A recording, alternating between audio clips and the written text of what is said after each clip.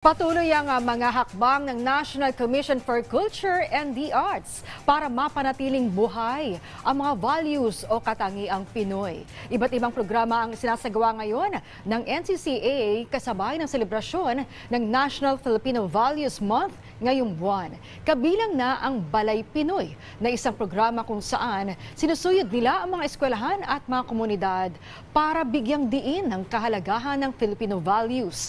Kinilala rin ng ahensya ang naging hakbang ng DepEd na maibalik muli sa curriculum nito ang good manners and right conduct. Kasabay niyan, hinimok ng NCCA ang mga magulang na simulan sa bahay ang pagtuturo ng mga magagandang asal sa kanilang anak. Balik din yung dating pamamaraan na kung saan talagang sa bahay. Kaya lang meron challenge sa mga syudad, hindi lang sa NCR. Lalo na ang mga magulang, alam natin, marami ay OFW. So sino bang naiiwan sa bahay? Kaya minsan may, ang case in point, turuan. Sasabihin ng magulang, kaya nga namin pinag-aaral kayo, doon kayo matuto ng values sa eskwelahan. Pero sasabihin naman ng eskwelahan, tandaan mo, ano lang yan, ilang oras lang sila sa paaralan. Babalik sila sa bahay. Ibig sabihin, kailangan ng katuwang.